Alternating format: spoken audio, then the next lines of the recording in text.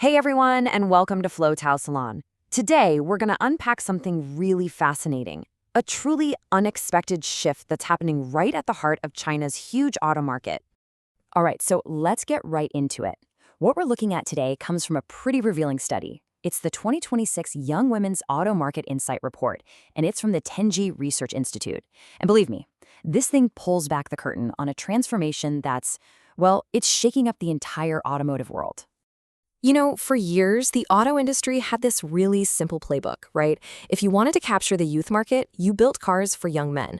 We're talking fast, sporty, aggressive-looking cars. And they poured billions, literally billions, into the strategy. So here's the big question we're going to solve today. Why isn't it working anymore?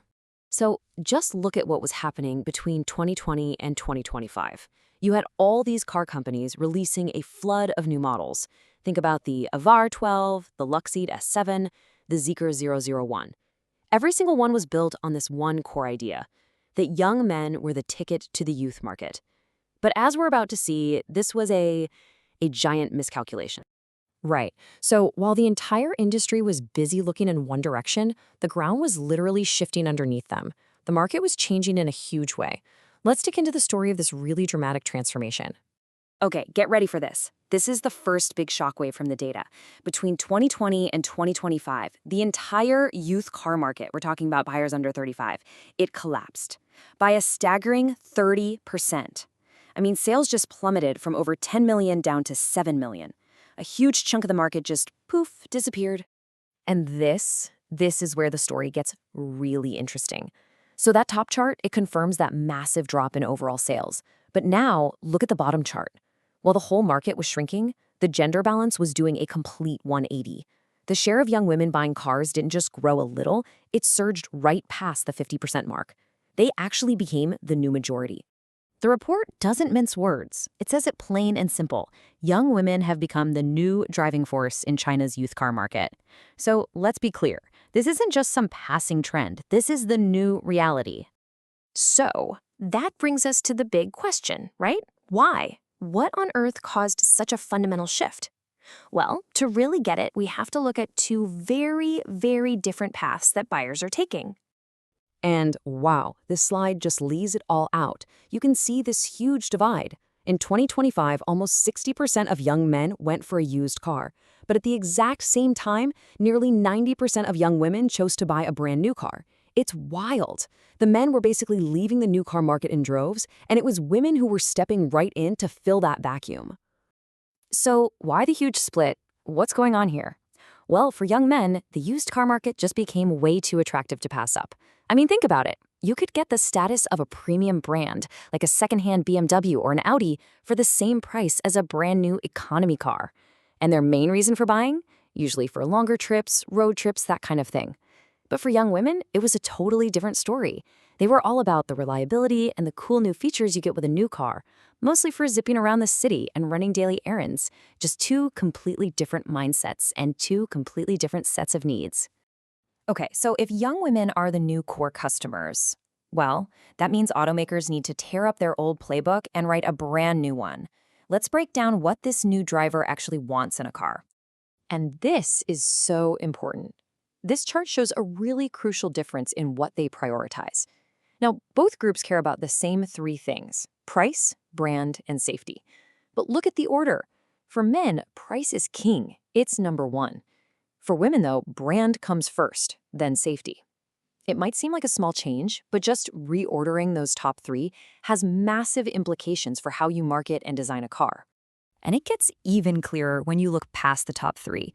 This data shows that women place a much, much higher value on things like the car's appearance and interior design, how it looks and feels.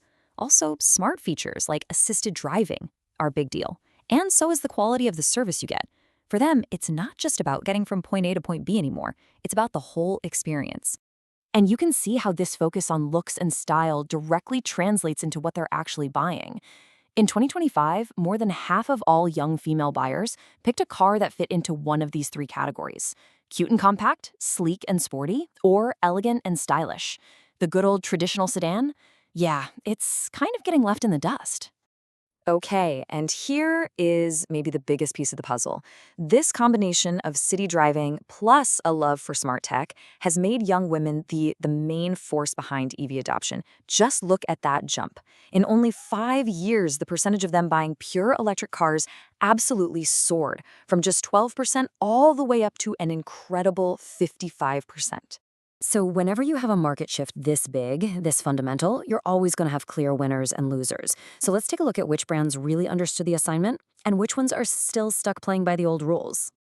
And yeah, the new leaders are pretty obvious. Brands like BYD, which grabbed nearly 15% of this market, plus Geely and Wuling, they've all just soared to the top.